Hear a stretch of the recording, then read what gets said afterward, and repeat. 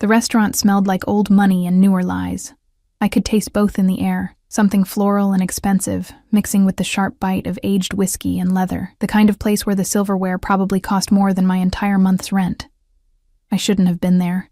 My roommate had practically shoved me out the door, insisting that this blind date would be different, that Marcus seemed normal from his profile, that I needed to stop hiding in our cramped apartment like some wounded animal. She was wrong.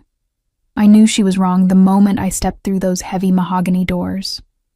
The hostess looked at me the way people in expensive places always did, a quick scan from my discount store dress to my worn flats, her smile tightening just enough to let me know I didn't belong. I clutched my purse tighter, the fake leather cracking under my fingers. Reservation? Her voice was silk wrapped around steel. I'm meeting someone. Marcus Chen? Table for two? She glanced at her computer screen, manicured nails clicking against the keys. Mr. Chen hasn't arrived yet. I can seat you? Or you'd prefer to wait at the bar? The bar meant standing, meant being even more visible in my cheap dress. I'll sit, thank you. She led me through the dining room, and I felt every eye that turned my way. The carpet was so thick my heels sank into it. Crystal chandeliers threw rainbow prisms across white tablecloths. Everyone here looked like they'd been born knowing which fork to use, which wine to order, how to exist in spaces like this without their hands shaking. Here you are. She gestured to a corner table, partially hidden by a decorative screen of bamboo and frosted glass. I slid into the chair, grateful for the semi-privacy.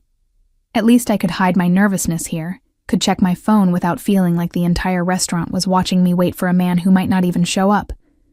20 minutes crawled by. I'd already read the menu 3 times, memorized the wine list I couldn't afford, and checked my phone so many times the battery dropped to 60%. The waiter had filled my water glass twice, his pity becoming more obvious with each visit. Marcus wasn't coming. Of course he wasn't. This was just like the last time and the time before that.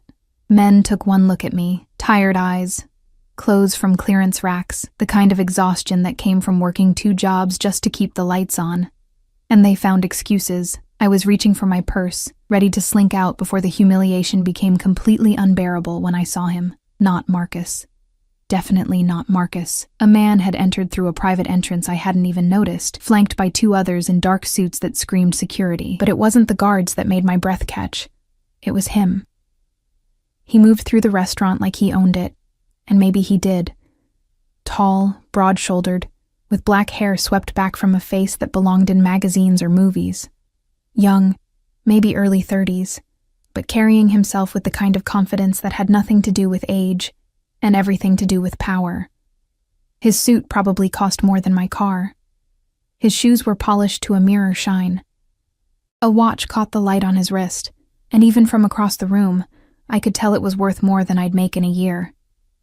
He said something to the hostess, who practically bowed. One of his guards scanned the room with the kind of alertness that made my spine prickle. These weren't just bodyguards. These were men who knew how to hurt people. I looked away quickly, focusing on my water glass. Men like that didn't notice women like me. I was furniture, wallpaper, part of the background noise of their expensive lives. But then I heard footsteps approaching. Heavy, confident, moving toward my little corner. Sorry I'm late. The voice wrapped around me like smoke, deep, accented with something I couldn't quite place. Mediterranean maybe, or Eastern European. It carried the kind of authority that made people straighten their spines without thinking. I looked up. He was standing at my table, not near it, at it.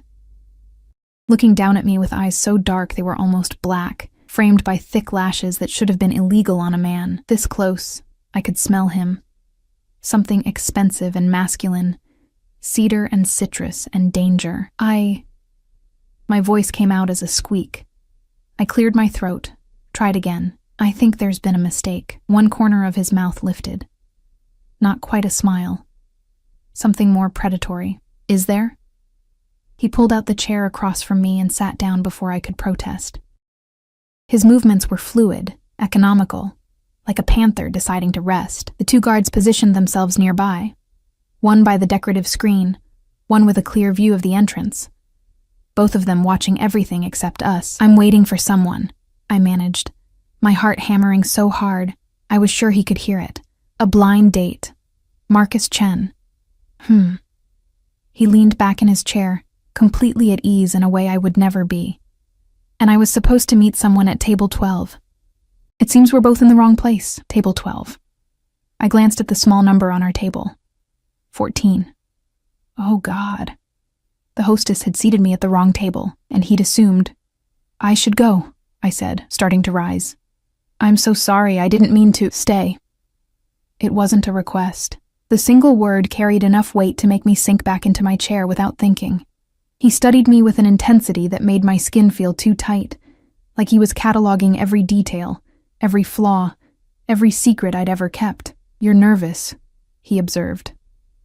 I'm embarrassed, I corrected, trying to find some shred of dignity. I'm clearly in your seat, and I've probably ruined your evening, and I should really...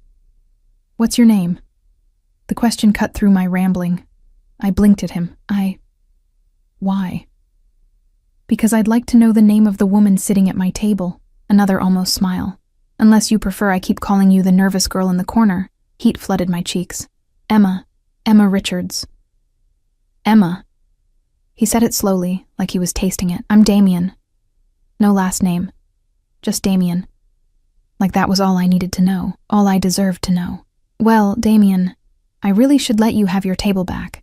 My date clearly isn't coming anyway, so... Your date is an idiot. The words were matter of fact, delivered without inflection, but they hit me somewhere in the chest, made something flutter that I didn't want to examine too closely.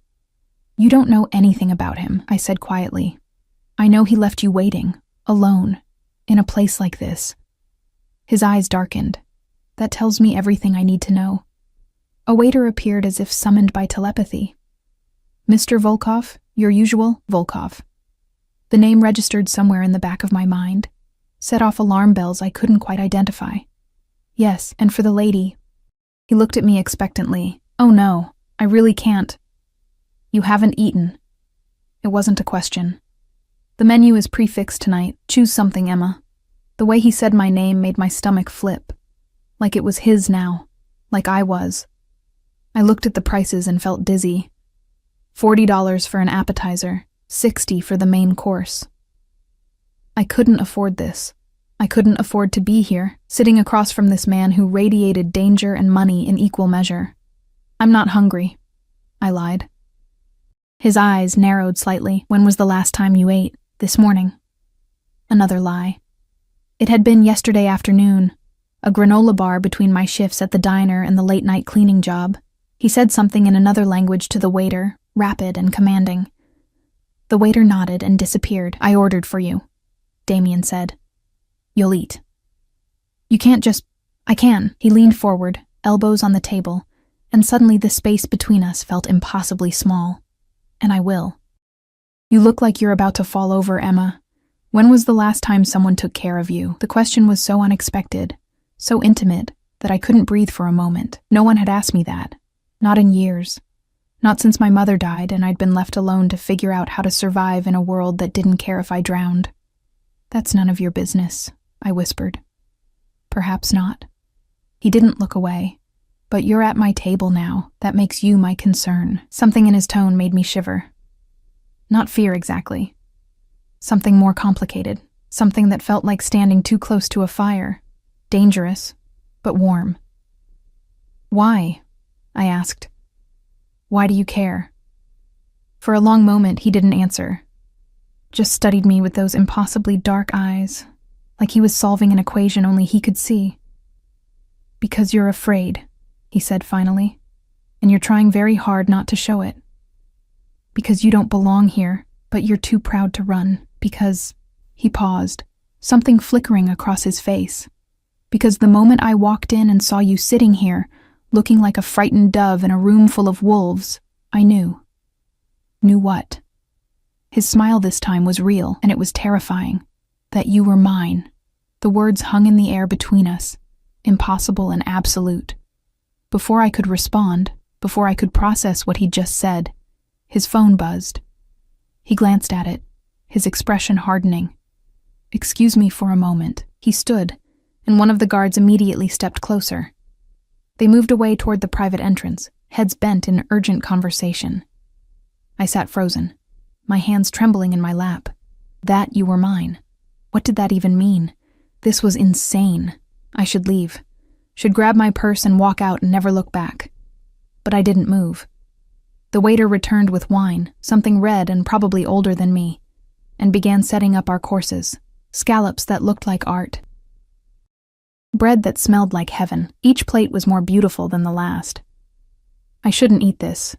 Shouldn't accept anything from a man named Volkov who traveled with armed guards and said things like, "You were mine," with such casual certainty. But God, I was so hungry, and so tired of being hungry. Damien returned a few minutes later, his expression unreadable. He sat down and gestured to the food. "Eat, Emma." I picked up my fork. The scallops melted on my tongue, butter and salt, and something divine. I tried not to moan.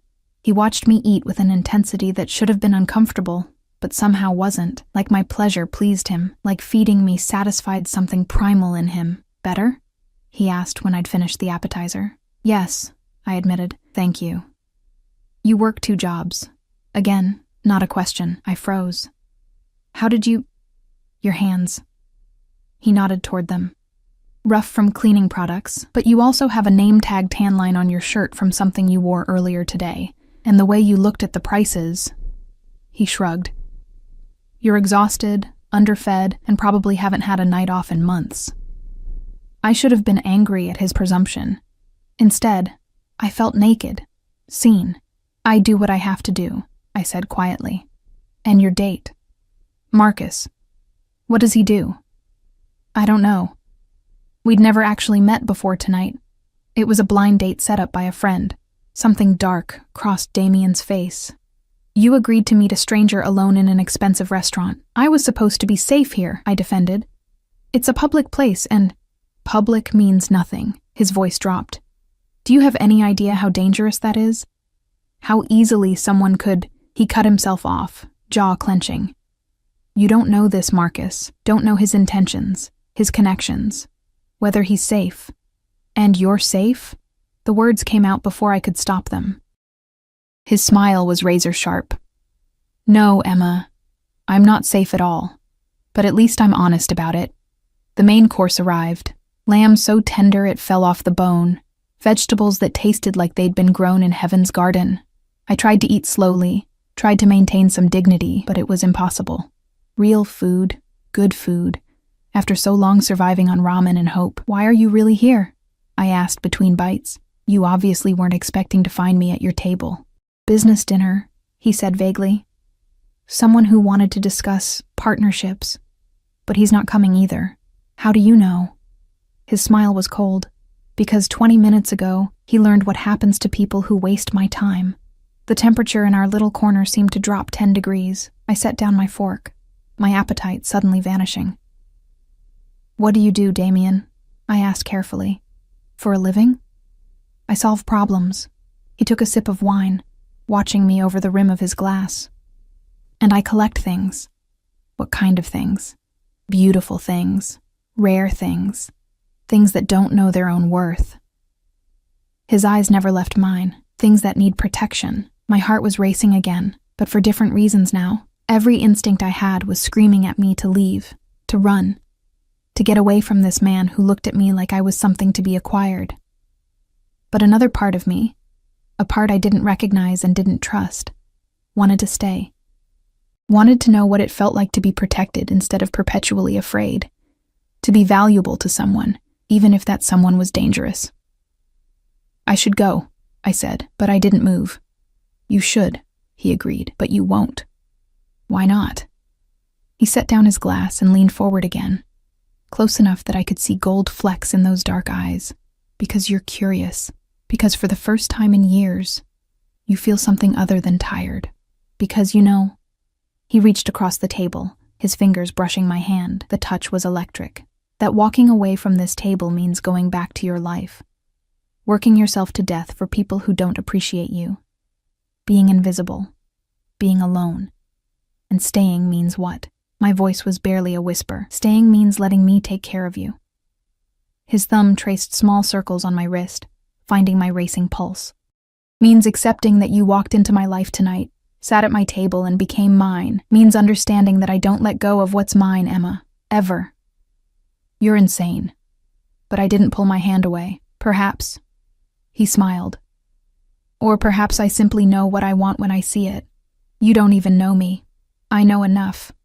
I know you're strong enough to work yourself to exhaustion but too proud to ask for help.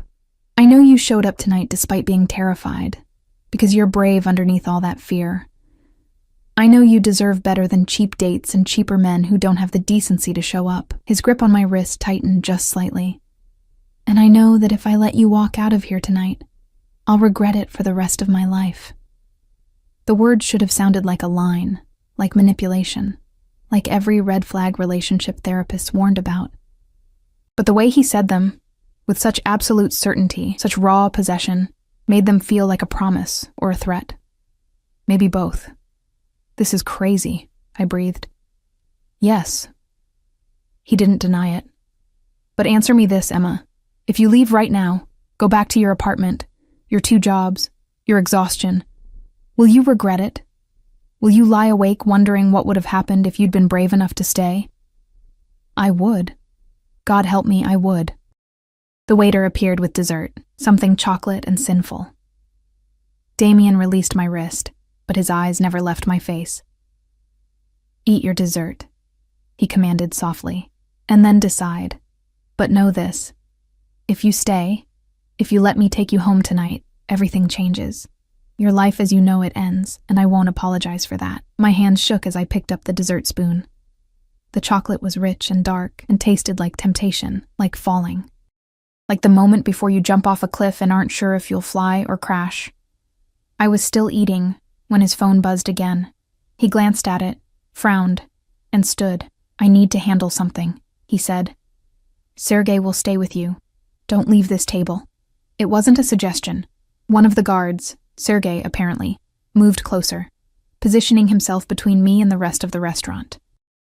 Damien left through the private entrance again, and I was alone with my chocolate and my churning thoughts, and a man built like a tank who was apparently now my babysitter.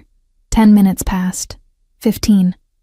I'd finished the dessert and was contemplating my escape route when Damien returned.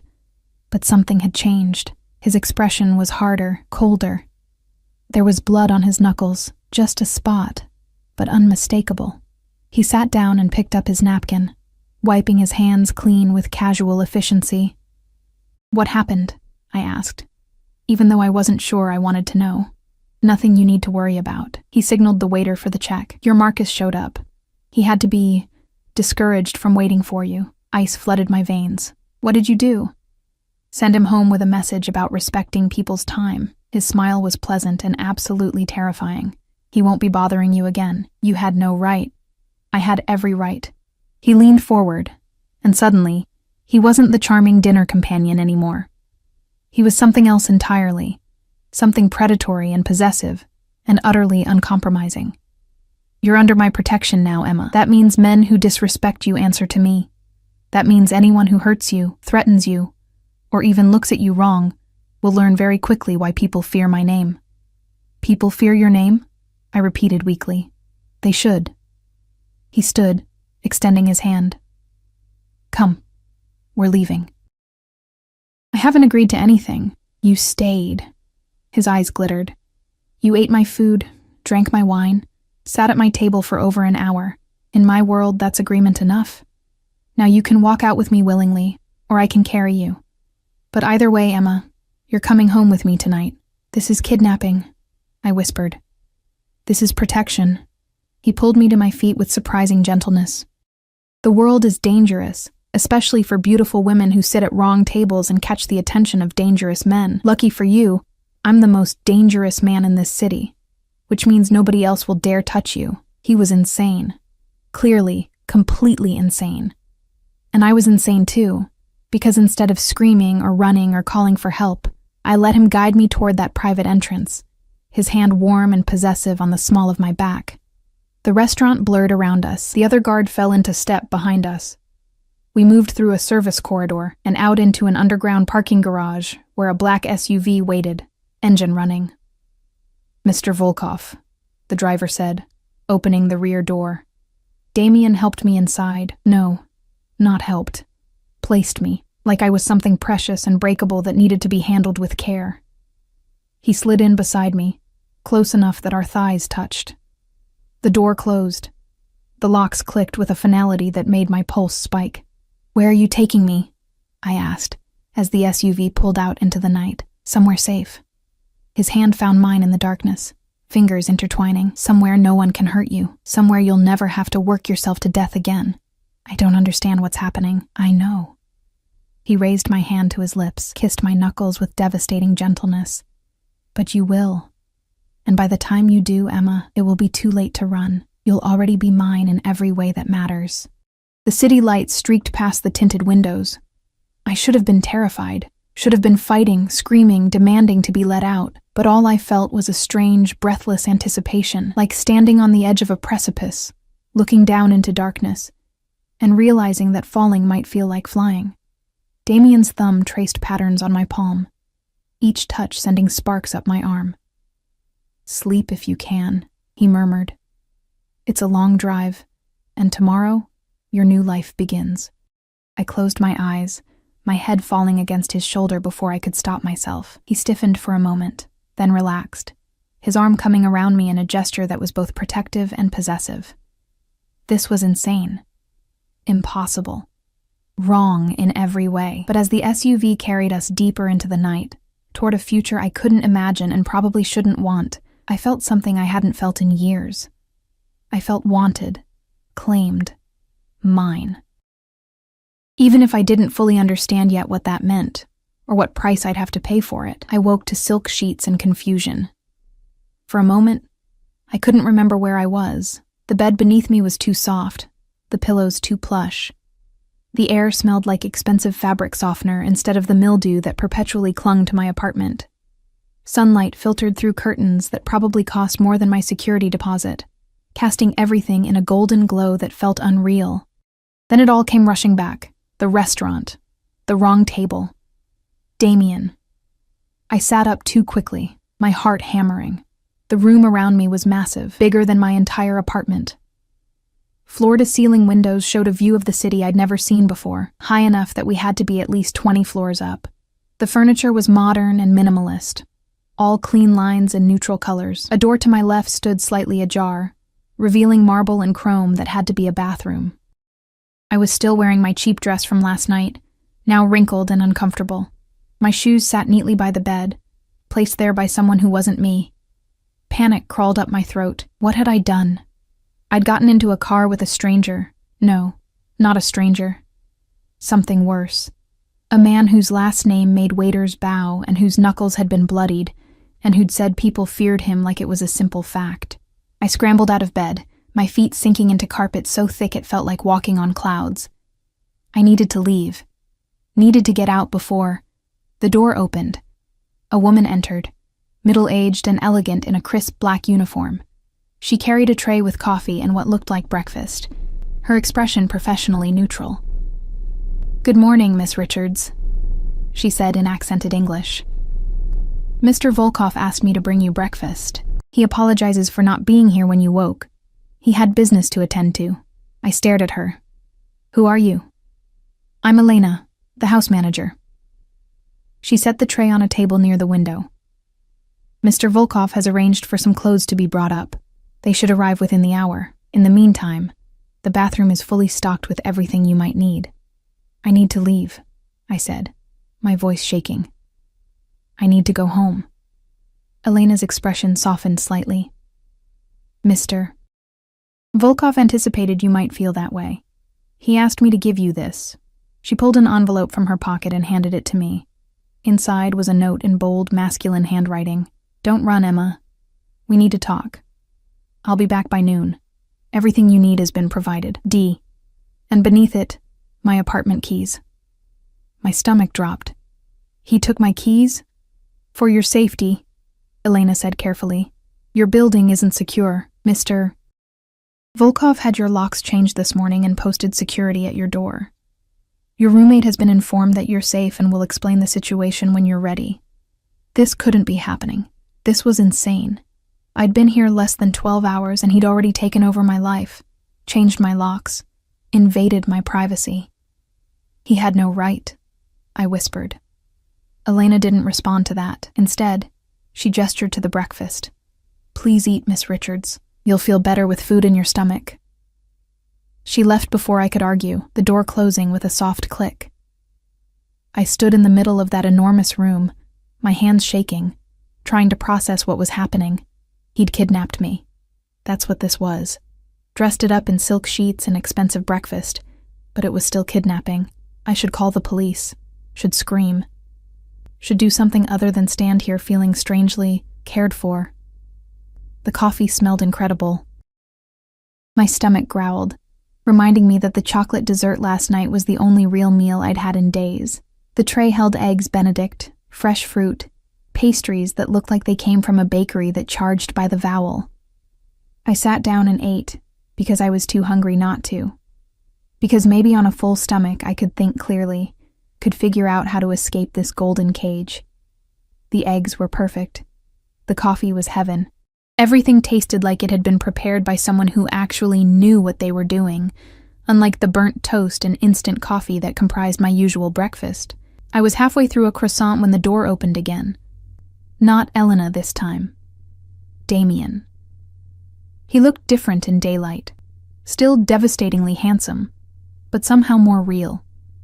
His suit was different from last night. Charcoal gray this time, perfectly tailored. His hair was slightly damp like he'd recently showered. He carried himself with that same predatory grace, but there was something else in his eyes as they found me. Something almost uncertain. You're eating, he said, and he sounded relieved. Good. You changed my locks. I set down the croissant, my appetite vanishing. You went to my apartment without my permission and changed my locks. I also paid your rent for the next 6 months and settled your credit card debts. He moved further into the room, closing the door behind him. Your landlord was happy to accept my offer. The room spun. My debts? How did you even— I have resources, Emma, and I use them to protect what's mine. I'm not yours. The words came out too loud, too desperate. You can't just decide that and expect me to go along with it, can't I? He moved closer, each step deliberate. You're here, aren't you? You ate my food, slept in my bed, accepted my protection. At what point does it stop being kidnapping and start being salvation? I stood, backing away from him until I hit the window. This is insane. You're insane. I don't even know you. Then let me tell you. He stopped a few feet away, giving me space, but not enough. Never enough. My name is Damien Volkov. I'm 32 years old. I was born in Moscow but raised in a dozen different cities as my father built his empire. I speak 6 languages. I don't believe in God, but I believe in loyalty, in family, in protecting what belongs to me. His eyes burned into mine. And you belong to me now, Emma. Whether you understand that yet or not, people don't belong to other people, I said. But my voice wavered. In my world, they do. He pulled out his phone, tapped something, and held it out to me. Do you know what your Marcus was planning to do last night? I looked at the screen. It showed text messages, conversations about me, about the restaurant, about how I was an easy target and desperate enough to go along with anything, plans to drug my drink, to take me somewhere private, to— I stopped reading, bile rising in my throat. He's part of a trafficking ring, Damien said quietly, pocketing his phone. They target vulnerable women through dating apps, promise romance, and deliver hell. You would have disappeared last night, Emma, and no one would have looked very hard for a broke waitress with no family. The room tilted. I grabbed the window frame for support. That's why I had your locks changed, he continued, why I posted guards, why I'm not letting you go back to that life. Because now that you've been seen with me, now that I've claimed you, you're a target. My enemies will assume you mean something to me. They'll try to use you, hurt you, take you. He stepped closer, his voice dropping. And I will burn this city to the ground before I let that happen. So I'm a prisoner, I whispered. No. You're protected. He reached out, his hand cupping my cheek with surprising gentleness. There's a difference. I don't see one. Then let me show you. His thumb brushed my cheekbone. "Stay here today. Let me prove to you that this isn't a cage, that this is a sanctuary, that I can give you everything you've been denying yourself while you worked yourself to death for scraps. And if I still want to leave?" Something dark flickered in his eyes. "Then we'll discuss it. But give me today, Emma. One day to show you what your life could be." I should have said no. Should have demanded he take me home immediately, locks changed or not. But I looked into those dark eyes and saw something that terrified me more than his threats or his guards or his blood-stained knuckles. I saw certainty, absolute, unwavering certainty that I was his, and that he would never let me go. And God help me. Part of me wanted to surrender to it. "One day," I heard myself say. His smile was devastating. One day. He kept his distance for the rest of the morning, giving me space to shower and change into the clothes that arrived as promised. Designer labels I'd only seen in magazines. Everything in my exact size. I didn't want to think about how he knew my measurements. The bathroom was a dream. Heated marble floors, a shower with 6 different settings, products that smelled like luxury. I stood under the hot water until my skin was pink, trying to wash away the confusion and fear and strange, dangerous want that kept creeping in. When I emerged, wrapped in a towel that was softer than any clothing I owned, Elena was waiting with more options. Casual clothes, business wear, evening gowns, everything I could possibly need. "Mr. Volkov wasn't sure of your style," she said apologetically. He erred on the side of variety. I chose jeans and a simple sweater. The most normal things I could find, though even these probably cost more than a week's wages. They fit perfectly, of course. Everything in this place was perfect, polished, designed to trap me in comfort. Damien found me in what he called the library, an entire room lined with books, leather chairs positioned by windows that showed that impossible view. I'd been staring at a first edition of something I'd only ever read in paperback, my fingers trembling at the thought of touching something so valuable. "You like to read," he said from the doorway. Not a question. He'd probably already researched every detail of my life. "When I have time," I said carefully. "Which isn't often. You'll have time now." He moved into the room and I noticed he'd changed too. Dark jeans, a black shirt with the sleeves rolled up. Less formal but somehow more dangerous, like seeing the predator without its civilized veneer. "Take whatever you want. All of this is yours now. Nothing here is mine," I corrected. "I'm just visiting." "Are you?" He picked up a book, turning it over in his hands. Hands that had been bloodied last night, protecting me from a threat I hadn't known existed. "Tell me, Emma, when was the last time you read a book just for pleasure? When did you last sleep past dawn because you could, not because you were too exhausted to wake up? When did you last eat a meal that didn't come from a microwave or a vending machine?"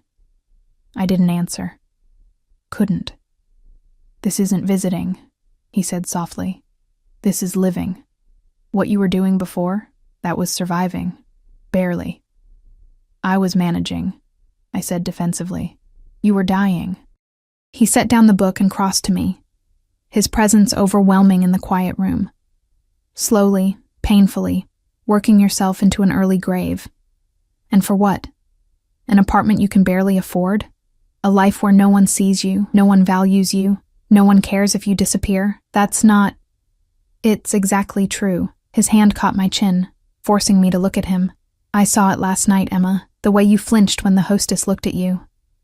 The way you tried to make yourself small, invisible, like you didn't deserve to take up space in that restaurant. The way you were surprised when I wanted you to stay. Tears burned behind my eyes.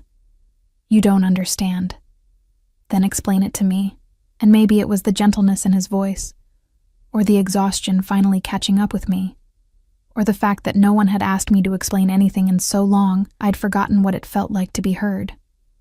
But the words came tumbling out. I told him about my mother's death 3 years ago, about the medical bills that had buried me in debt, about losing my scholarship when I had to drop out of college to work, about the jobs that paid minimum wage and treated me like I was replaceable, because I was.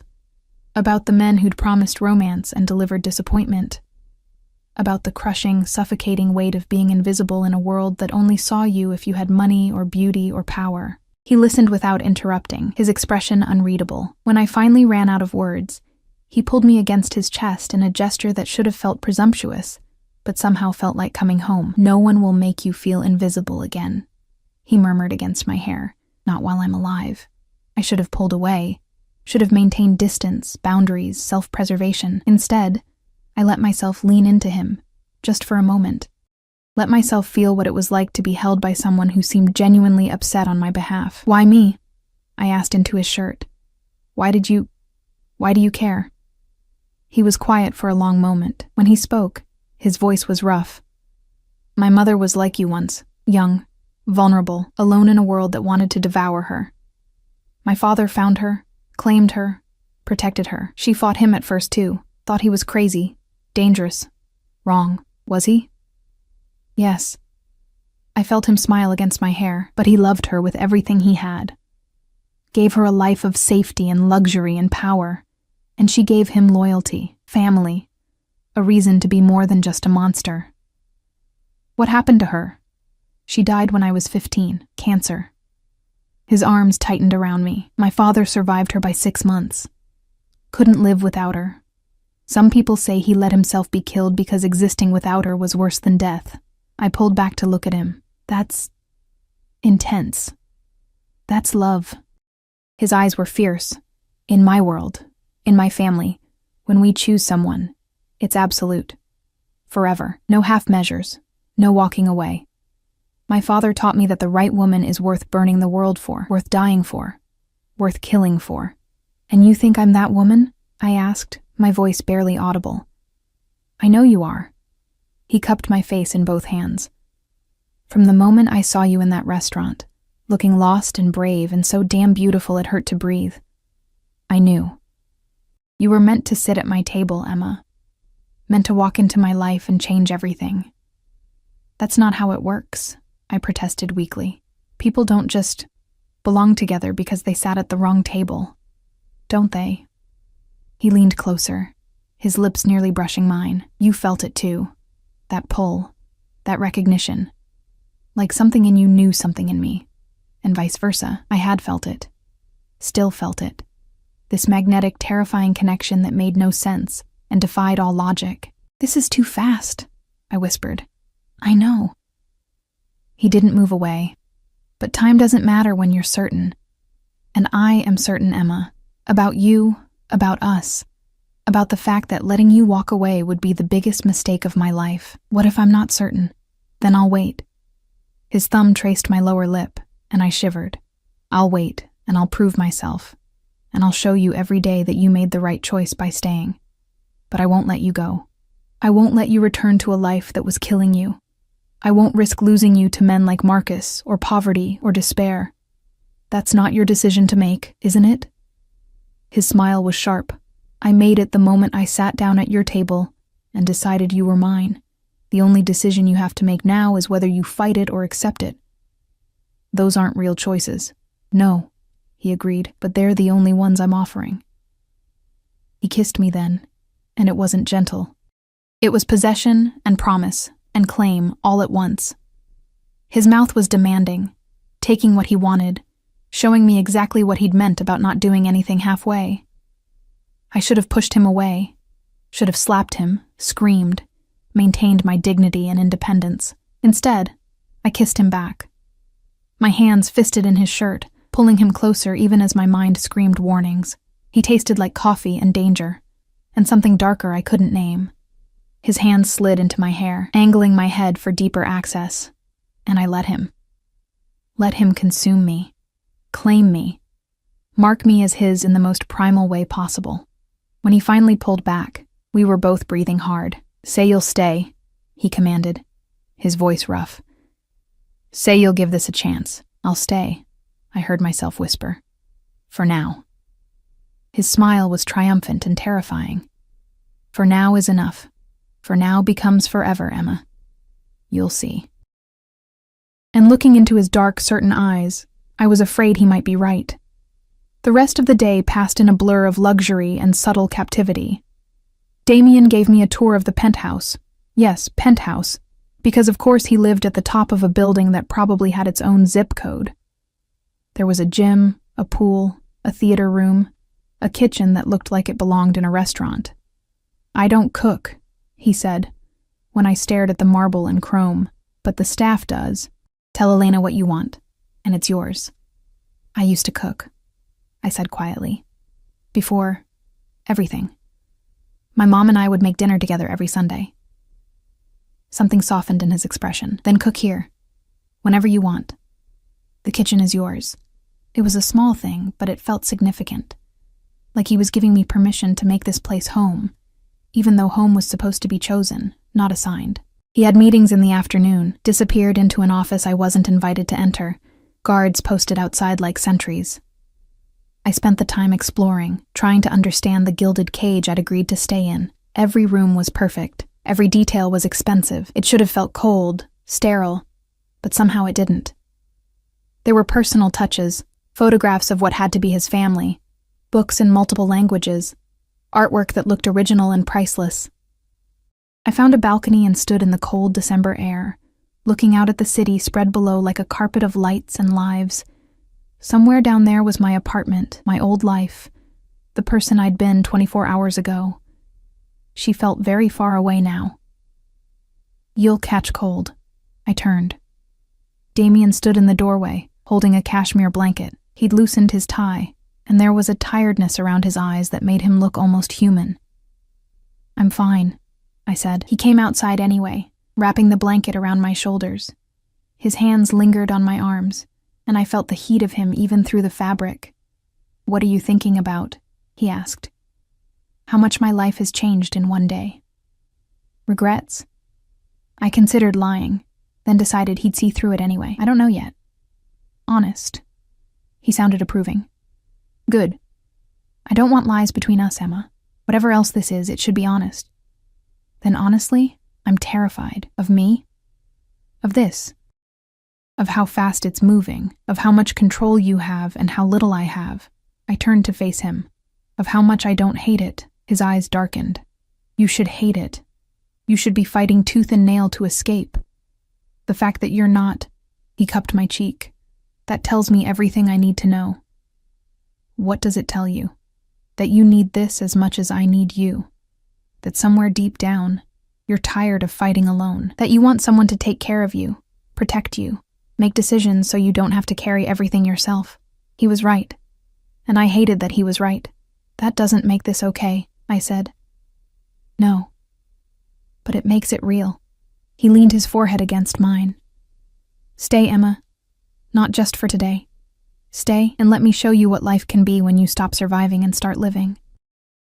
And if I can't adapt to your world, if I can't handle whatever it is you do, whoever you really are, then we'll figure it out together." His hand slid down to my waist, pulling me closer. "But you're stronger than you think. You survived 3 years of hell alone. You can survive anything." Night fell while we stood there, wrapped in cashmere and tension, and the strange, fragile thing growing between us. The city lights came on, thousands of tiny fires fighting against the darkness. "Come inside," Damien said eventually. "Dinner's ready." We ate in a dining room that could have seated 20, just the two of us at one end of an enormous table. The food was incredible, some kind of pasta that melted on my tongue, wine that probably cost more than my car. "Tell me about your work," I said, because I needed to understand what I'd walked into. "What do you want to know?" "The truth. Not whatever sanitized version you think I can handle." He studied me for a long moment, then set down his fork. "I run a business empire. Import-export, real estate, investments. Much of it is legitimate. Some of it isn't. I have enemies who would kill me given the chance. I have allies who fear me enough to stay loyal. I make decisions that affect thousands of lives, and not all of those decisions are kind." "Are you a criminal? By whose definition?" He smiled, but it didn't reach his eyes. "I break laws that I consider unjust. I hurt people who threaten my family or my interests. I take what I want and protect what's mine with everything I have. Does that make me a criminal? Perhaps. Does it make me a monster? That depends on your perspective. And what's your perspective?" I'm a man who does what's necessary to survive in a world that would destroy anyone weak enough to follow all the rules. He reached across the table, taking my hand. But I'm also a man who would never hurt you, Emma. Never betray you. Never let anyone else hurt you. Whatever darkness is in me, it will never touch you. I swear it. I wanted to believe him. God. I wanted to believe him so badly. What happens now? I asked quietly. Now you finish your dinner. Then we watch something mindless on that ridiculously expensive television. Then you sleep in a real bed, safe and protected. And tomorrow we start figuring out what your new life looks like. That simple? That simple. He squeezed my hand. One day at a time, Emma. That's all I'm asking. We finished dinner in comfortable silence. He was right. We did watch something mindless, some action movie that was all explosions and impossible stunts. I fell asleep on the couch, my head on his shoulder, his arm warm and solid around me. When I woke briefly as he carried me to bed, a different room this time, smaller, more personal, I didn't protest. Sleep, he murmured, tucking blankets around me like I was something precious. I've got you. And despite everything, despite the insanity and the danger and the absolute wrongness of this situation, I felt safe. For the first time in years, I felt safe. 3 weeks. That's how long it took for my old life to become a distant memory, like a dream I'd once had about being someone else. I woke each morning in silk sheets that no longer felt foreign. I drank coffee that Elena brought with a smile that had become genuine instead of professional. I wore clothes that fit perfectly, because Damien had an eye for detail that bordered on obsessive. And every evening, I waited for him to come home from whatever dangerous business occupied his days. My heart doing something complicated in my chest when I heard his key in the lock. It was terrifying how quickly I'd adapted, how easily I'd slipped into this life of luxury and protection and carefully managed captivity, because that's what it still was, even if the bars were invisible. I wasn't allowed to leave the building without guards. My phone had been replaced with a new one, more secure, Damien had said, which I suspected meant he could track my every movement.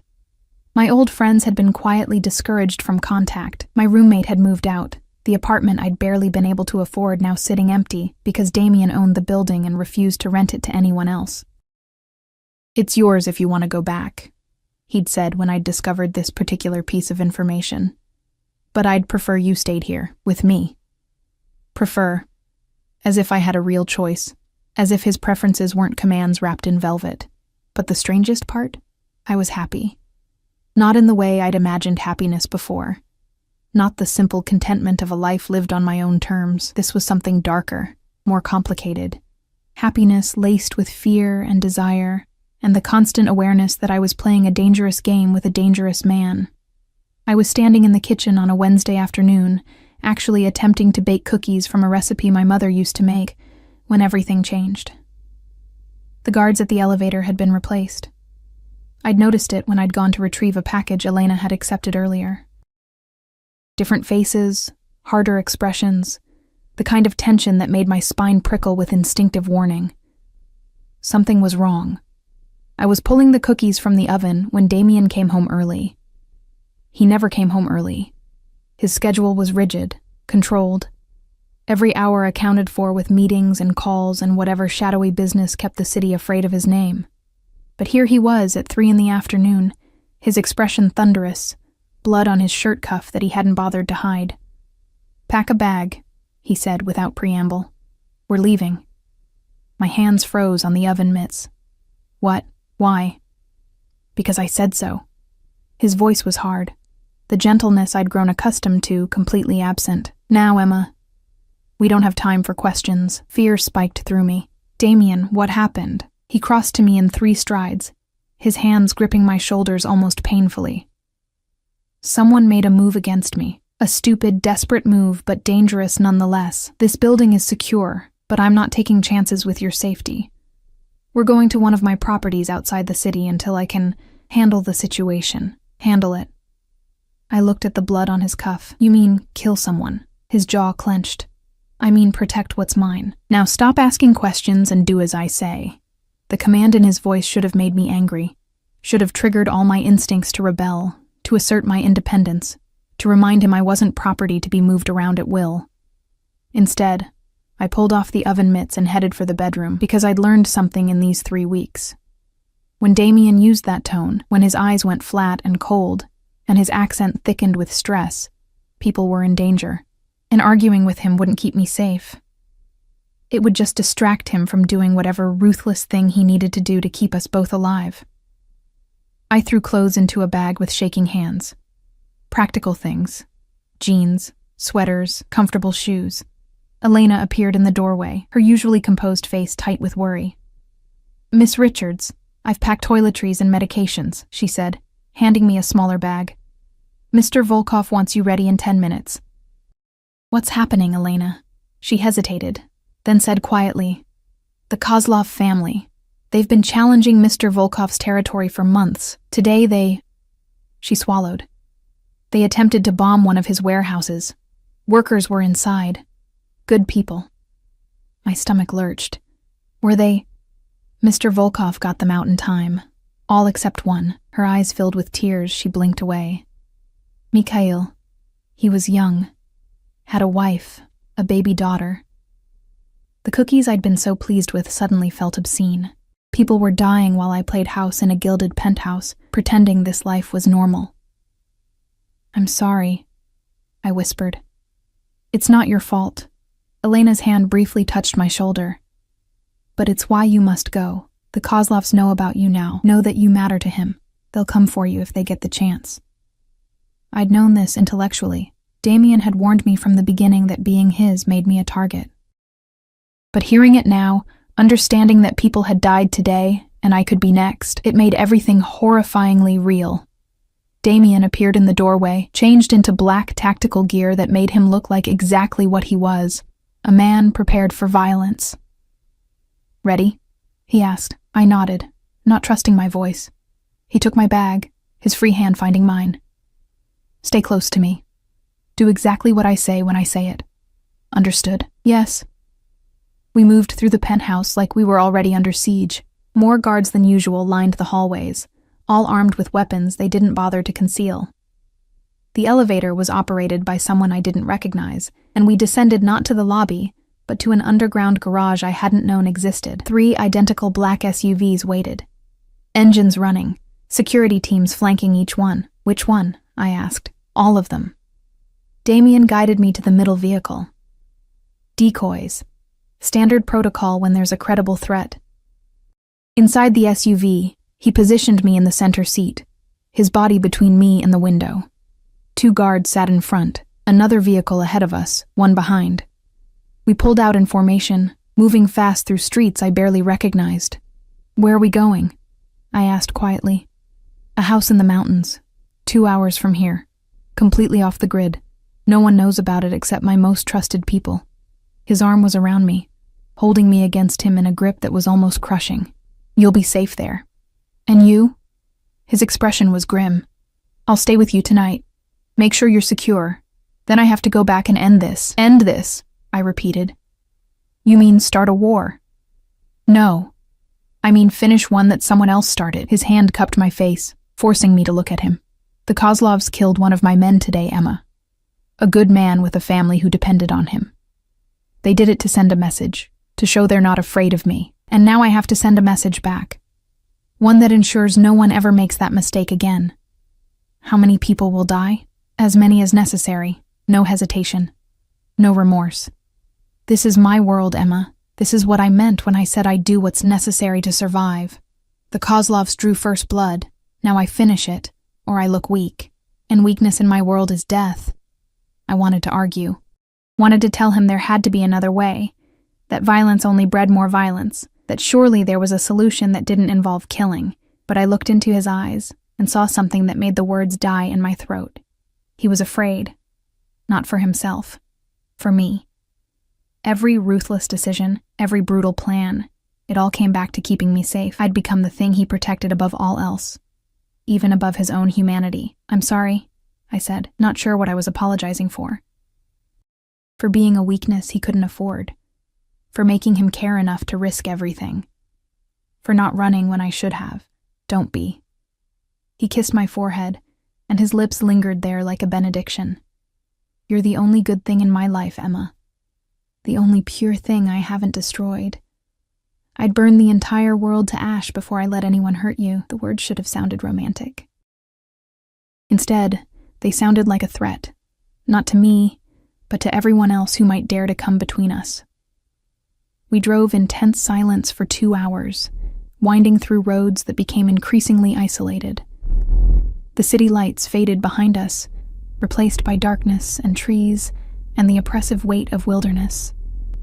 When we finally stopped, it was in front of a structure that looked more like a fortress than a house. Stone walls, minimal windows, security cameras at every angle. The other 2 vehicles had split off at some point, taking different routes to confuse anyone who might be following. Inside, the house was surprisingly warm, modern amenities hidden behind rustic decor, a massive fireplace already lit, casting everything in flickering shadows. Damien did a sweep of every room before he let me settle. Guards were posted at every entrance, security systems armed, escape routes planned. "You'll stay here until I tell you it's safe to return," he said, pulling weapons from hidden compartments I hadn't known existed. Guns, knives, communication equipment. "Anton and his team will protect you. They're the best I have." "When will you be back?" 2 days, maybe 3. He was checking his weapons with practiced efficiency, his movements sharp and controlled. "The Kozlovs have a compound outside the city. I'll hit them there, cut the head off the snake before they can regroup. You're going to kill them." Not a question. Yes. He didn't look up from the gun he was loading. "All of them who participated in today's attack. I'll leave the young ones, the ones who weren't involved. But the leaders, the soldiers who planted that bomb, they're already dead. They just don't know it yet. I should have been horrified, should have begged him not to go, to find another way, to be better than this cycle of violence. Instead, I said, 'Come back to me.'" He froze. Then he set down the gun and crossed to me in 2 strides, his hands framing my face with a gentleness that contradicted everything else about this moment. "Always," he promised. "No matter what happens, no matter what I have to do, I will always come back to you." He kissed me then, and it tasted like goodbye and desperation, and something that might have been love if we'd met in a different world, under different circumstances. When he pulled back, his eyes were dark with something I couldn't name. "I need you to understand something," he said quietly. "What I'm about to do, it's brutal, merciless, the kind of thing that will make the news, make people afraid, make my enemies think twice before they ever threaten what's mine again. And when I come back to you, I'll have blood on my hands that won't wash off. I'll be the monster people whisper about in dark corners." "I know," I whispered. "And you're still going to be here when I get back?" He sounded almost vulnerable. "You're not going to look at me differently, see me as the killer I am?" I thought about lying, about saying the right thing, the thing he wanted to hear, but he'd asked for honesty between us, so I gave him truth. "I don't know," I admitted.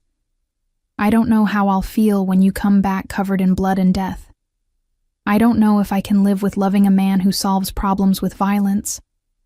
But I know," I took a shaky breath, "I know that I'll be here, because walking away from you scares me more than staying, because I've already fallen too far to climb back out. Because you're right. I am yours. Even if I don't fully understand what that means yet." His expression shifted through a dozen emotions. Relief, possession, something that looked almost like pain. "You said love," he murmured. Had I? The word had slipped out without permission, without thought. But now that it was between us, I couldn't take it back. "I did," I said quietly. "Say it again. I love you." The words felt both true and impossible. I shouldn't. It's too fast, too complicated, too dangerous, but I do. I love you, Damien Volkov, even though loving you might destroy me. He kissed me again, harder this time, claiming and possessive and desperate. His hands were in my hair, on my waist, everywhere at once, like he was trying to memorize the feel of me before he left. When we finally broke apart, both breathing hard, he rested his forehead against mine. "I love you too," he said roughly. More than I've ever loved anything. More than power or money or survival. You've become my reason, Emma, the thing I fight for, the thing I'd die for, the only thing that makes this brutal, bloody life worth living. We stood there in the firelight, holding each other like the world was ending. And maybe it was. For him. For the Kozlovs. For everyone caught in the crossfire of his revenge. But in that moment, we were safe.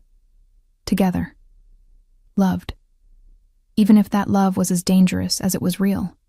Damien left an hour later, armed and armored and terrifying in his cold focus. I watched from the window as his SUV disappeared down the dark mountain road, taking him toward violence I didn't want to imagine. The house felt enormous without him.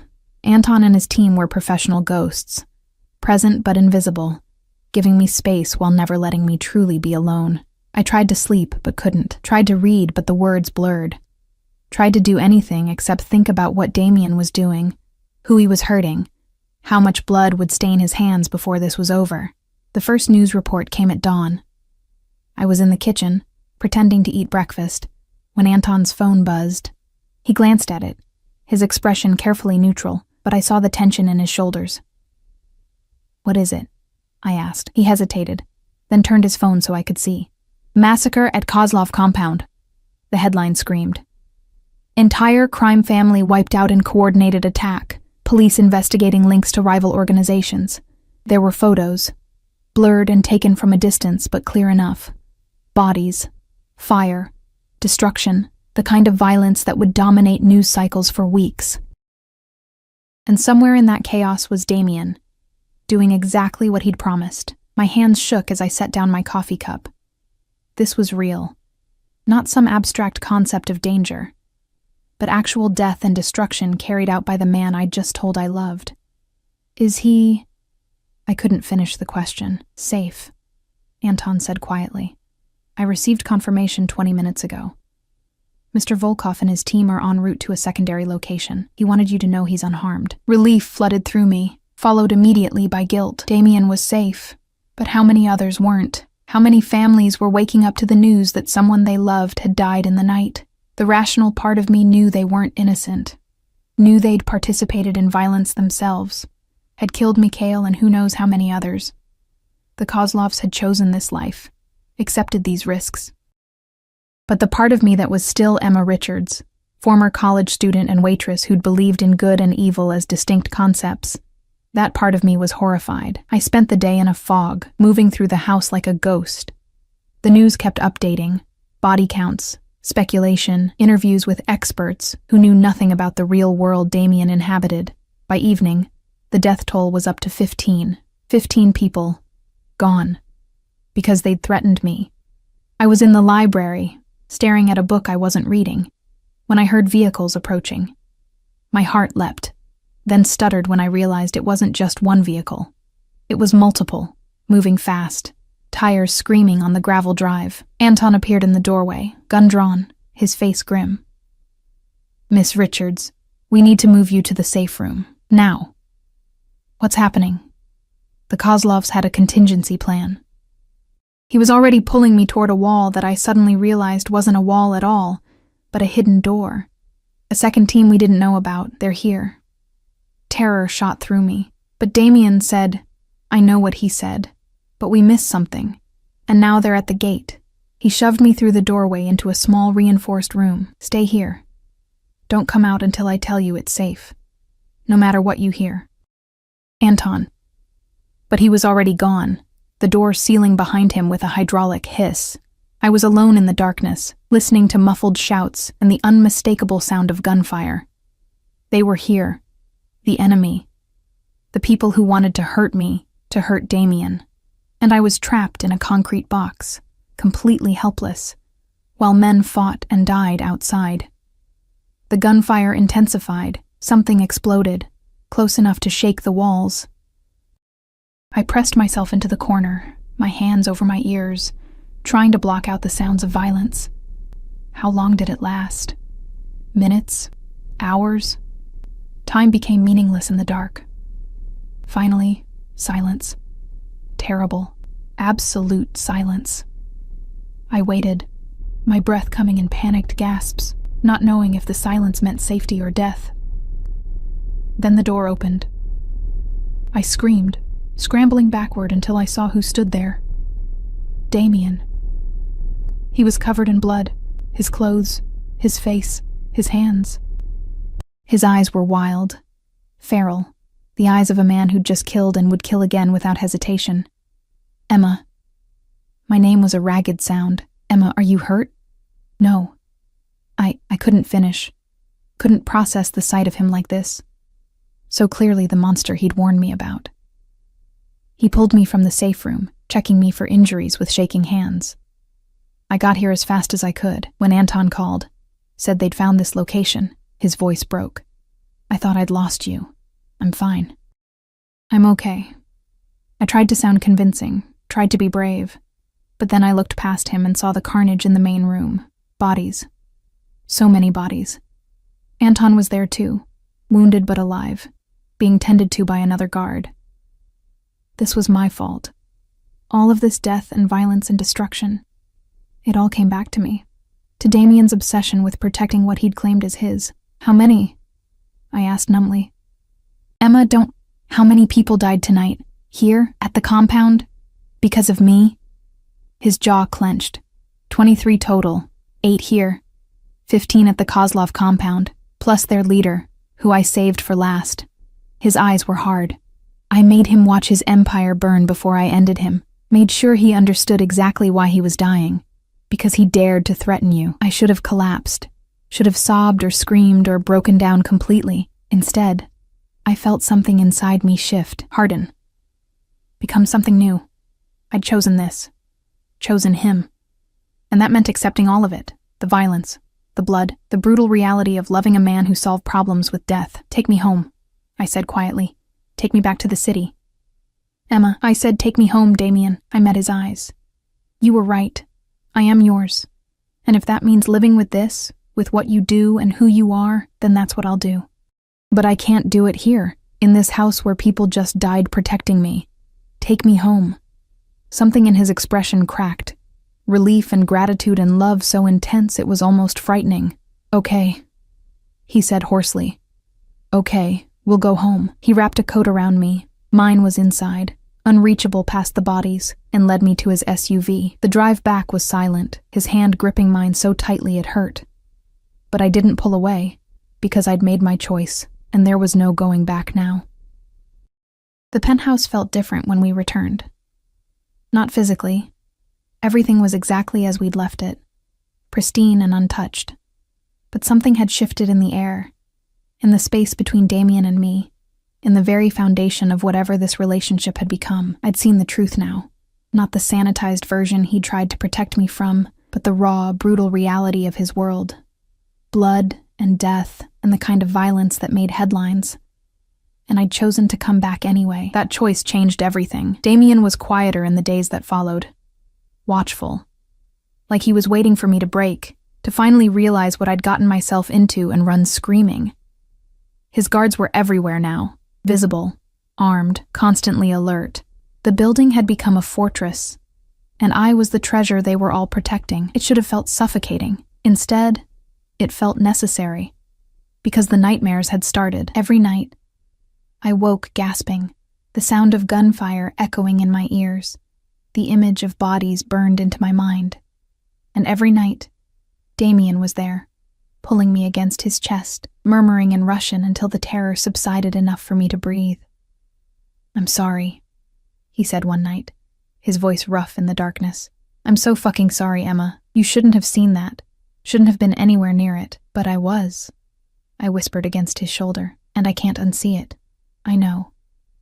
His arms tightened around me. If I could take it back, shield you from all of it, I would. But I can't. This is who I am. This is my world. And now it's yours too. I chose it, I reminded him. Reminded myself. Did you? Or did I take away all your other options until choosing me was the only thing left? I pulled back to look at him. Even in the darkness, I could see the self-loathing in his eyes, the guilt that ate at him despite all his talk of necessity and survival. You gave me a choice that night in the restaurant, I said quietly. Stay or go. I stayed. Everything that came after, yes.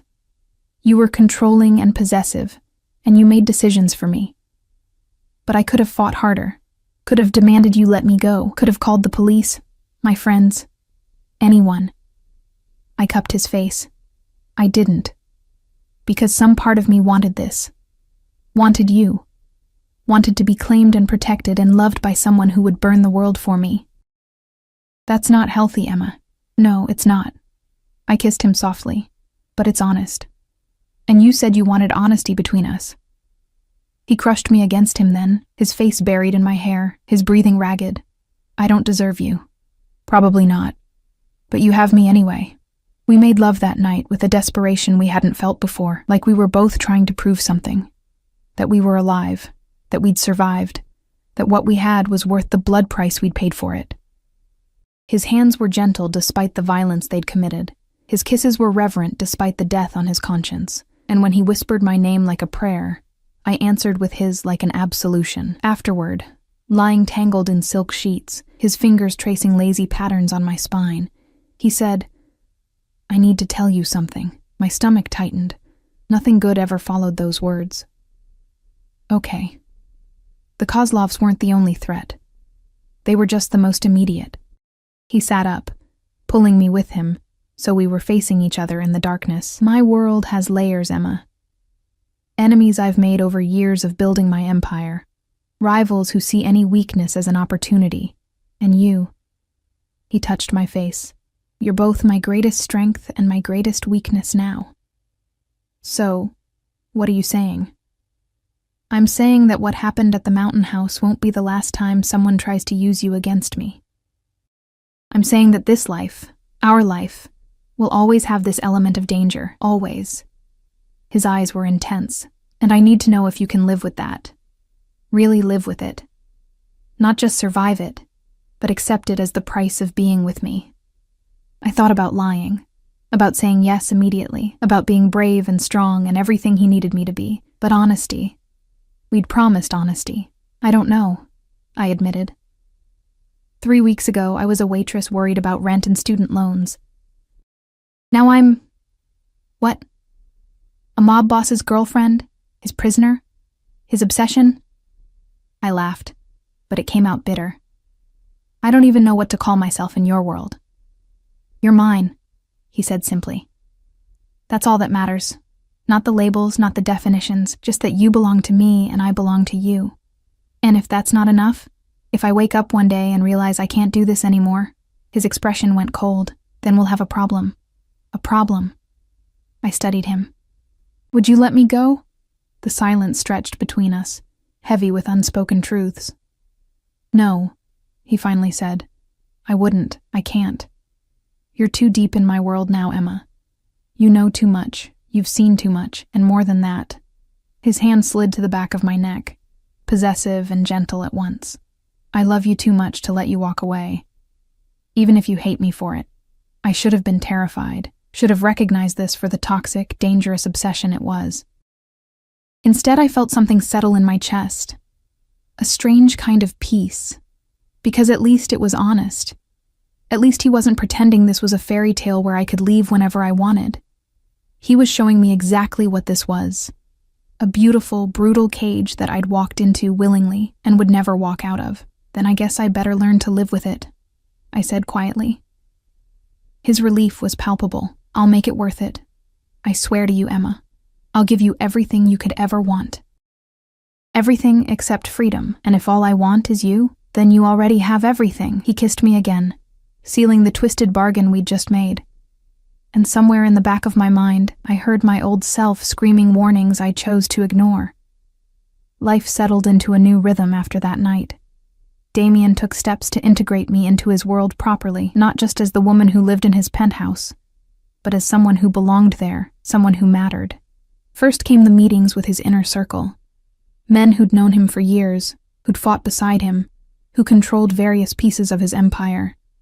They looked at me with undisguised curiosity at first, trying to figure out what made me special. What hold I had over a man who'd never shown interest in a serious relationship before. Victor was the first to warm up to me. Damien's second in command, a bear of a man with scars on his face, and surprising gentleness in his eyes when he spoke about his own wife and children. "You're good for him," he told me one afternoon when Damien was handling a crisis in another room. "I've known him 15 years, and I've never seen him care about anything beyond power and revenge. But you've made him human again." "I'm not sure that's a good thing," I said. In this world, it's everything." He leaned forward, his expression serious. "A man with nothing to lose is dangerous. But a man with something to protect? He's unstoppable.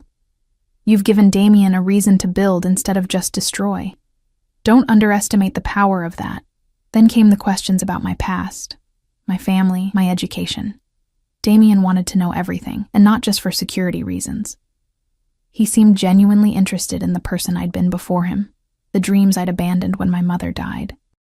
"You wanted to be a teacher," he said one evening, reading through files his people had compiled on me. "Elementary education. That was a long time ago," I said, uncomfortable with how thoroughly he'd researched me. "Before I had to drop out. Why can't you go back?" I laughed.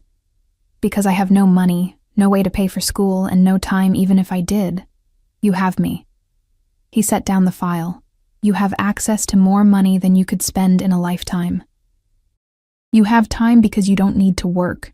You have everything you need to finish your degree, Emma, if you want to." The offer caught me off guard. "You'd let me go to school? Let you?" He raised an eyebrow. "I'm encouraging you. You're too smart to spend your days doing nothing. And having a purpose, something that's yours, will make this life easier to bear." It was a surprisingly thoughtful gesture from a man who'd kidnapped me and refused to let me leave. But that was Damien, a constant contradiction of brutality and tenderness, control and care. I enrolled in online classes the following week. Nothing that required me to physically attend a campus. Damien's paranoia wouldn't allow that, but enough to feel like I was reclaiming some piece of my old dreams. The studying gave me something to focus on besides the violence that occasionally erupted around us. Because it did erupt. Damien's world was never truly peaceful. There were nights when he came home covered in blood that wasn't his, mornings when I'd overhear phone conversations about shipments and territories and people who'd been handled, afternoons when strange men would visit the penthouse, and I'd be asked to stay in the bedroom until they left. But there were also quiet moments. Sunday mornings when he'd make me breakfast, badly, but with such concentration that I didn't have the heart to complain. Evenings when we'd curl up on the couch and he'd help me study, his knowledge of history and literature surprisingly extensive. Nights when he'd hold me and tell me stories about his childhood in Moscow, about his parents' legendary love story, about the family he'd lost, and the empire he'd built from their ashes. I was falling deeper in love with him, and that terrified me almost as much as the violence did. 3 months after the Kozlov massacre, something unexpected happened. I was studying at the kitchen table when Elena rushed in, her face pale. "Miss Richards, there's someone here to see you. She says she's your aunt." My aunt. I hadn't thought about her in years. My mother's sister, who'd cut contact after Mom got sick, who'd refused to help with medical bills or funeral costs, who'd made it clear I was on my own. "I don't want to see her," I said immediately. "She's claiming you're being held against your will," Elena said quietly. "She's threatening to call the police if she doesn't see you." Damien appeared in the doorway, his expression dark. "How did she find this address?" "I don't know, sir. But she's in the lobby with building security and she's making a scene." I could see the calculation in Damien's eyes, weighing the options, considering the angles, deciding whether this woman was a threat or just a nuisance. "Let her up," I said before he could make the decision for me. "I'll talk to her." "Emma, she's my family, Damien, the only family I have left. Whatever her reasons for being here, I need to see her." He didn't like it, but he nodded. 5 minutes, and I'm staying in the room. My Aunt Margaret looked older than I remembered.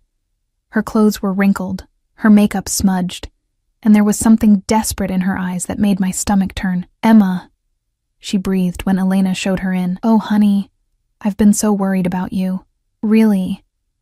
I kept my voice flat, because the last time we spoke, you told me you couldn't help with Mom's funeral expenses, said you had your own problems to worry about. She flinched, I know. I know I wasn't there for you when you needed me, but I'm here now. Because I heard..." She glanced at Damien, who stood behind me like a dark shadow. "I heard you were involved with dangerous people. That you might be in trouble. I'm fine." "Are you?" She stepped closer. "Because the Emma I knew wouldn't be living in a penthouse with a..." She lowered her voice. "With a criminal. Wouldn't be surrounded by armed guards and..." "The Emma you knew was struggling to survive," I interrupted. "Working herself to death for pennies. Alone. Invisible. Is that really the life you want me to go back to?" "It's better than this." Her voice rose. "Better than being some gangster's pet, locked up in a golden cage. That's enough." Damien's voice cut through the room like a blade. "You've had your 5 minutes. Time to leave." But Margaret wasn't finished. She pulled something from her purse, a phone, screen already showing a news article. "Do you know what he did, Emma? The Kozlov massacre? 23 people dead in one night. And you're living with the monster who ordered it." The words hung in the air. I could feel Damien tense behind me, waiting to see how I'd react. "I know exactly what he did," I said quietly. "And why he did it. Those people tried to kill me, Aunt Margaret. They bombed a warehouse, murdered an innocent man, and came after me because I mattered to Damien. He protected me. He eliminated the threat, and yes, it was brutal and violent and everything you're thinking, but I'm alive because of it. That doesn't make it right, right?" I laughed, and it came out harsh. "You want to talk about right? Where were you when Mom was dying, when I was drowning in medical bills and funeral costs and student loans? Where was your sense of family responsibility then?" I stepped closer to her. "You didn't care about me until you thought you could profit from my situation somehow. So tell me, what do you really want? Money? Is that why you're here?" Her face flushed. "How dare you? How much?" Damien's voice was cold. "How much to make you disappear and never contact Emma again?" Margaret's mouth opened, closed, opened again. "I don't..." "Everyone has a price." He pulled out his phone. "Name yours." The desperation in her eyes was answer enough. She wasn't here out of concern. She was here because she'd somehow learned about Damien's wealth and saw an opportunity. 50,000, she whispered. "Just to help me get back on my feet. That's all." Damien laughed. A cold, cruel sound. "You think your niece's peace of mind is worth 50,000? That's insulting." He tapped something on his phone. 100,000. Wired to your account right now. In exchange, you sign papers saying you will never contact Emma again, never claim any relationship with her, never speak about her to anyone, ever. Break this agreement and I'll know, and you don't want to know what happens then. Margaret's hands shook as she stared at the phone. 100,000? Take it or leave it. You have 10 seconds to decide. I'll take it. The words tumbled out. I'll sign whatever you want. Damien gestured to Elena, who'd been standing quietly in the corner. Get the papers. Our legal team has them ready. Of course they did. He'd anticipated this somehow, prepared for it like he prepared for everything. 15 minutes later, Margaret was gone. $100,000 richer and legally prohibited from ever being part of my life again. I stood at the window, watching the street below, feeling strangely empty. I'm sorry, Damien said quietly behind me. For what? Buying off my only living relative? I turned to face him. You probably did me a favor. She was never really family anyway. Not where it counted. Still, you deserved better than that. I deserve you. The words came out before I could stop them. Flawed and violent and possessive as you are, you've been more family to me in these few months than she ever was. You protect me, care for me, see me. That's more than anyone else has done in years. He pulled me against his chest, his arms wrapping around me like he could shield me from everything painful in the world. You'll never be alone again, Emma. I promise you that. I believed him.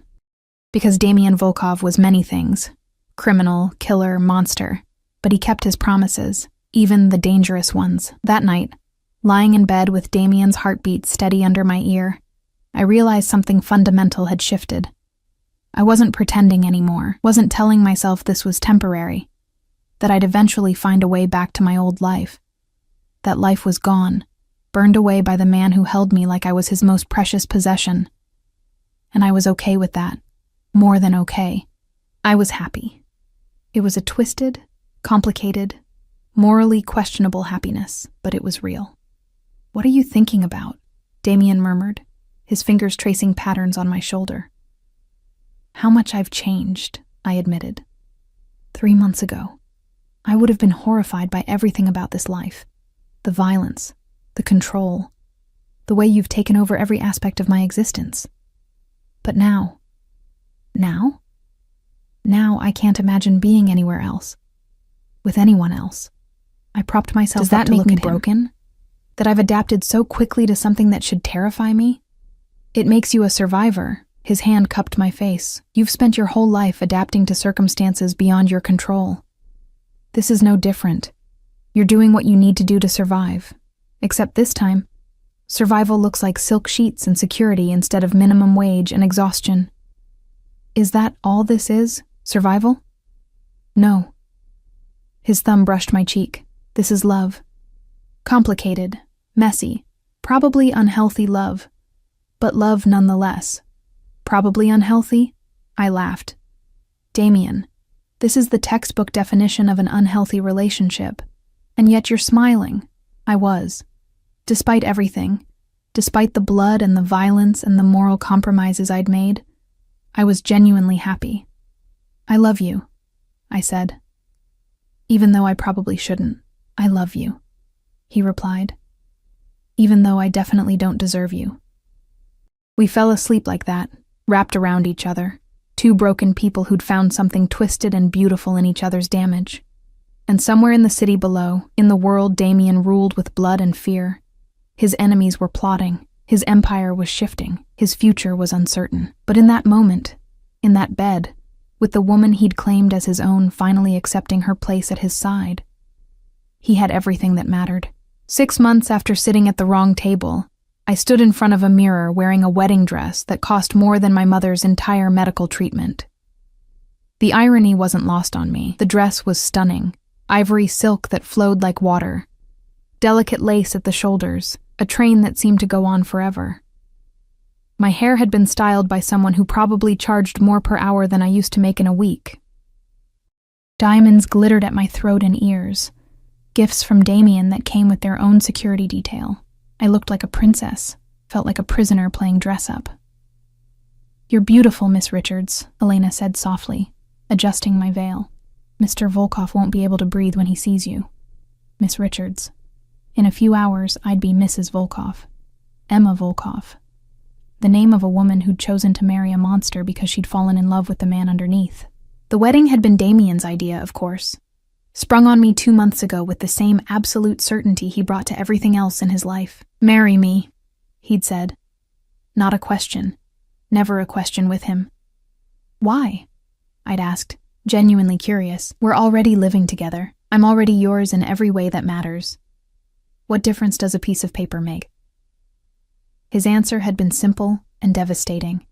"Because I want the world to know you're mine.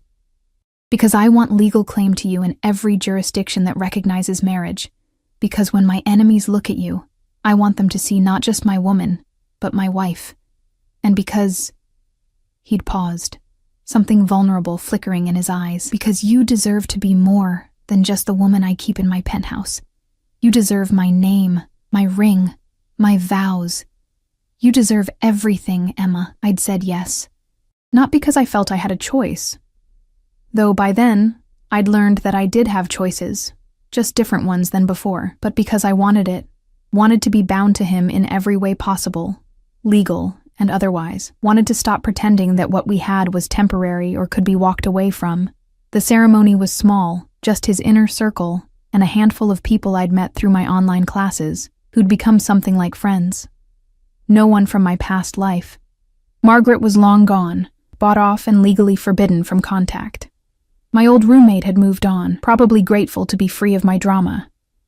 There was no one left who remembered the old Emma, the girl who'd worked 2 jobs and dreamed of something better. That girl had died in an expensive restaurant 6 months ago, been reborn as someone new, someone harder, someone who could love a killer and sleep peacefully beside him. The venue was one of Damien's properties, a restored mansion outside the city, surrounded by enough security to protect a head of state.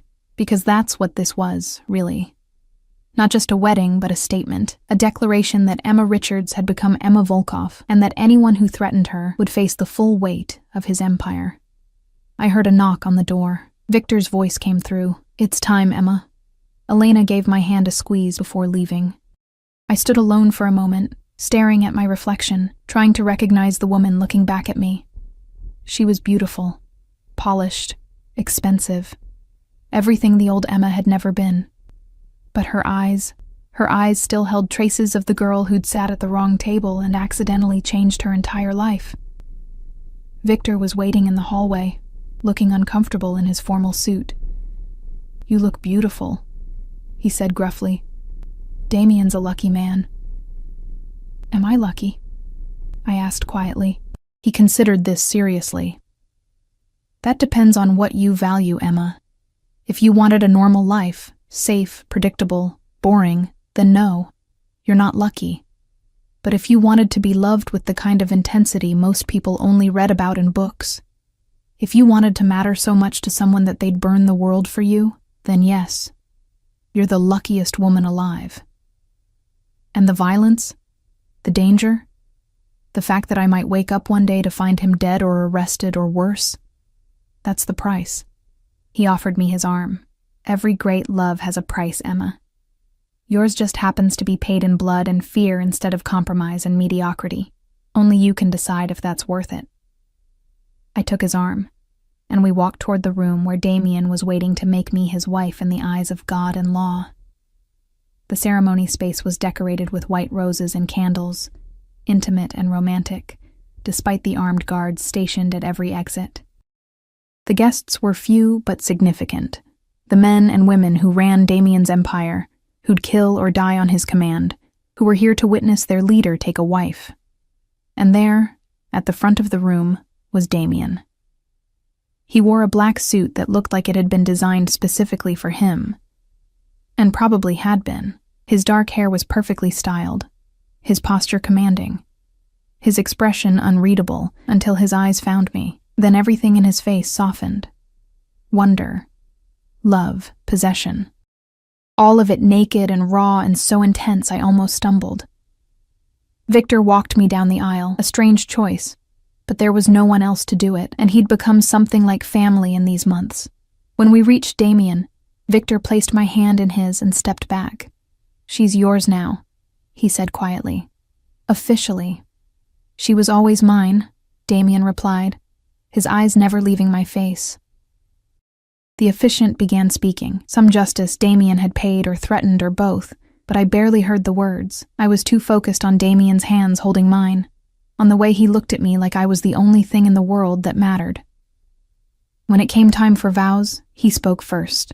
"Emma," he said, his voice steady and sure, "6 months ago, you sat at my table by accident, but nothing in my life has ever been an accident.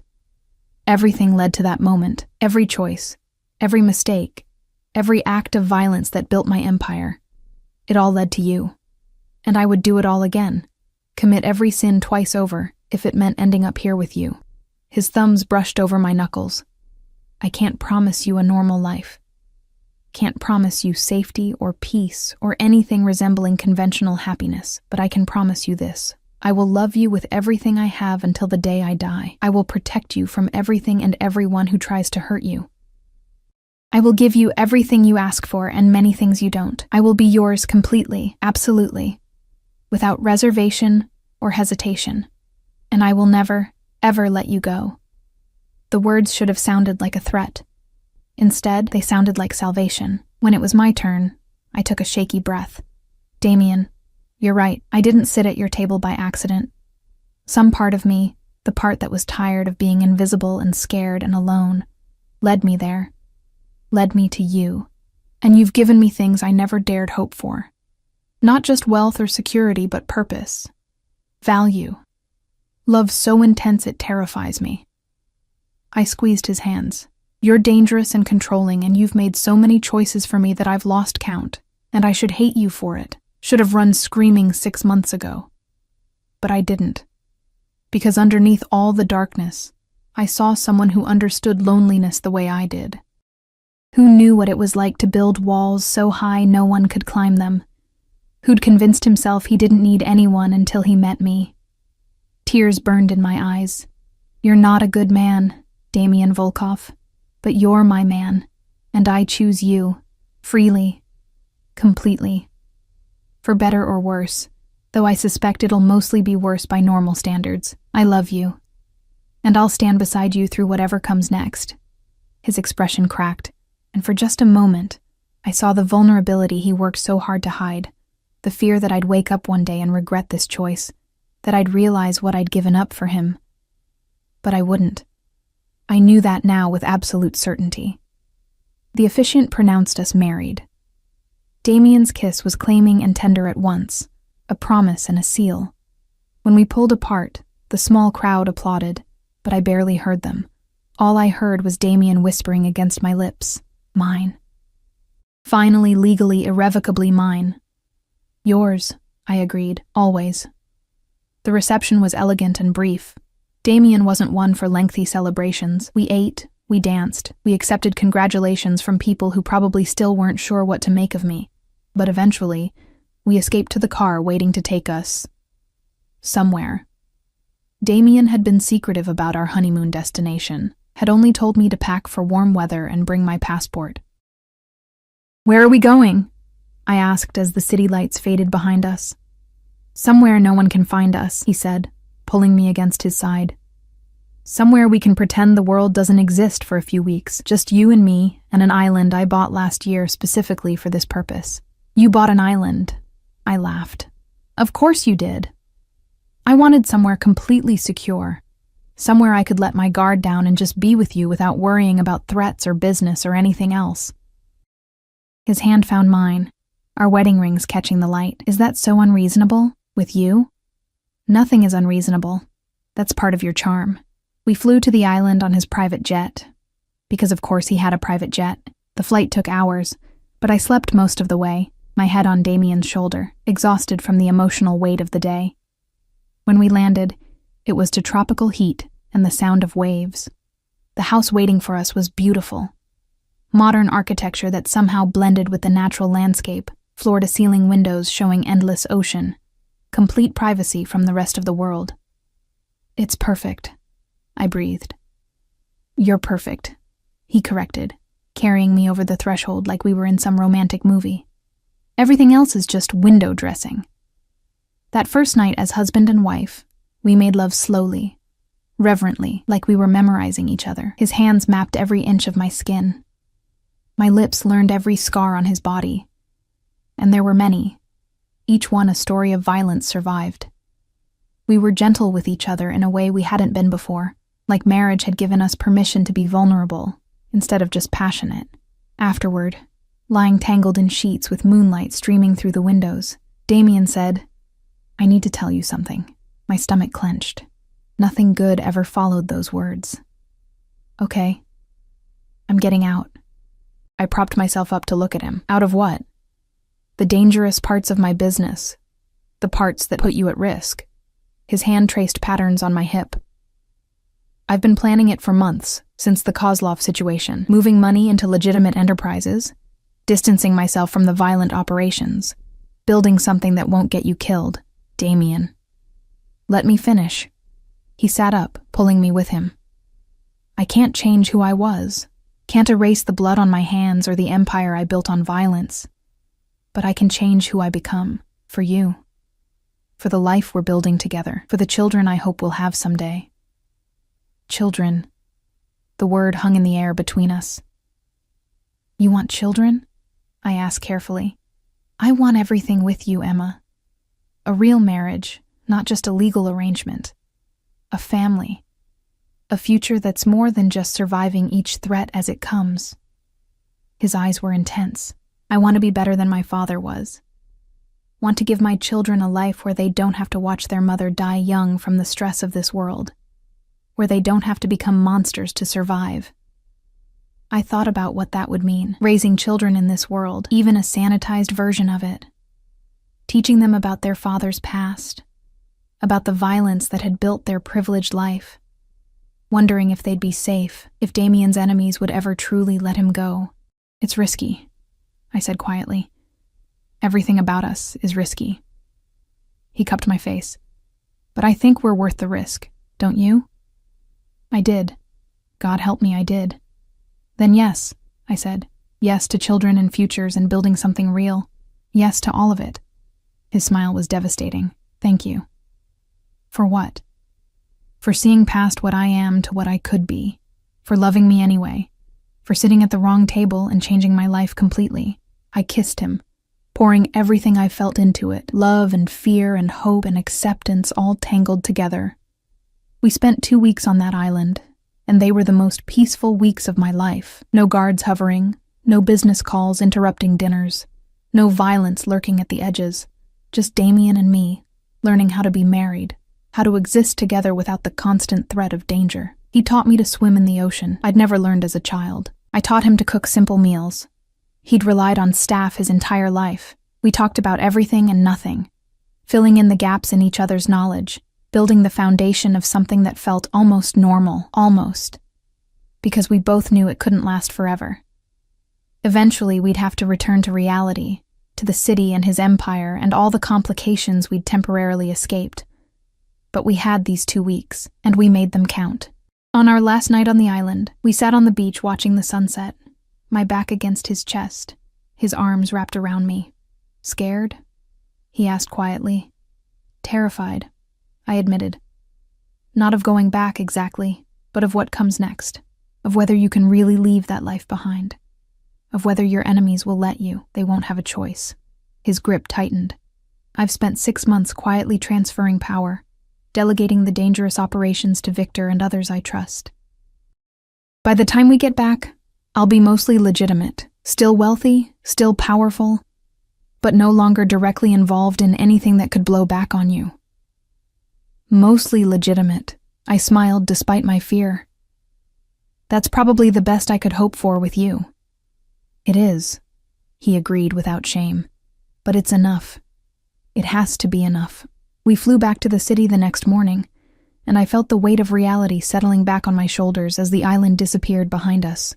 The real world was waiting, with all its complications and dangers and difficult choices, but I was ready for it, because I wasn't the girl who'd walked into that restaurant 6 months ago. I was stronger now, harder, more capable of surviving in Damien's world. I was Emma Volkov, and that name meant something. 3 months later, I stood in the bathroom of our penthouse, staring at a pregnancy test with shaking hands. Positive. I'd suspected for a few weeks. The nausea, the exhaustion, the way certain smells made me want to vomit. But seeing it confirmed in plastic and chemicals made it real in a way nothing else could. I was pregnant, carrying Damien's child, about to bring a new life into this complicated, dangerous, beautiful world we'd built together. The door opened. Damien stood there, still in his suit from whatever business meeting he'd just come from, his expression shifting from concern to understanding as he saw what I held. "Is that positive?" I said, my voice barely a whisper. "I'm pregnant, Damien." For a long moment, he just stared at me. Then he crossed the room in 3 strides, pulled me into his arms, and kissed me like I was the most precious thing in the universe. "I love you," he murmured against my hair. "I love you so much, Emma. Thank you. Thank you for this, for staying, for giving me everything I never knew I needed." "Are you happy?" I asked, needing to hear it. Happy doesn't begin to cover it.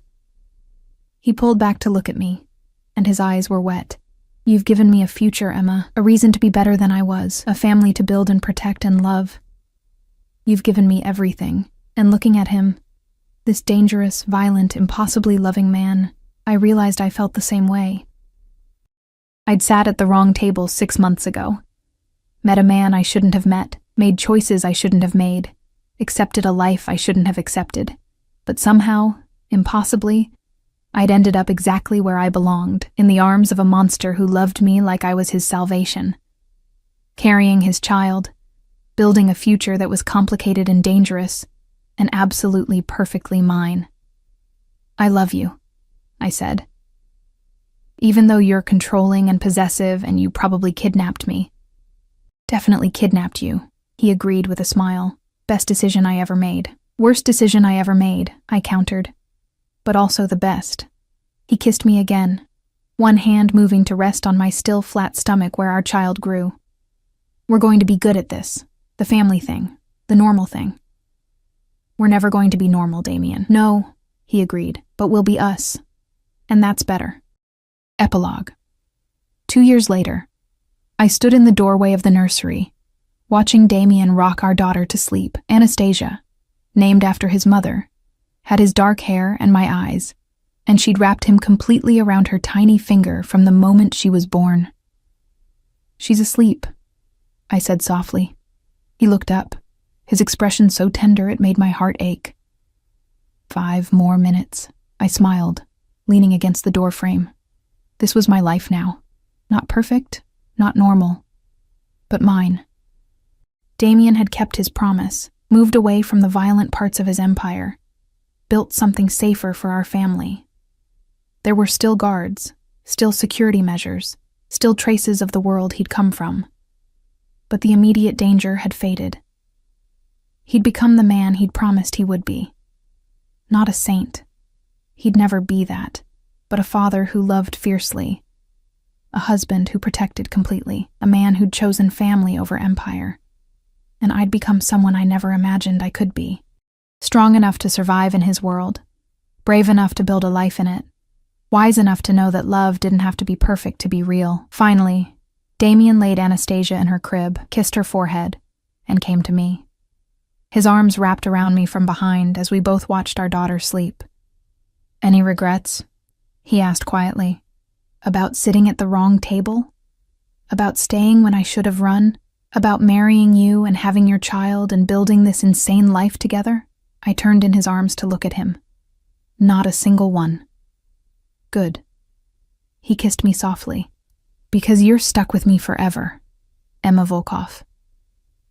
I know, I said. That's exactly what I'm counting on. We stood there in the doorway, watching our daughter sleep, and I thought about the girl I'd been 2 years ago.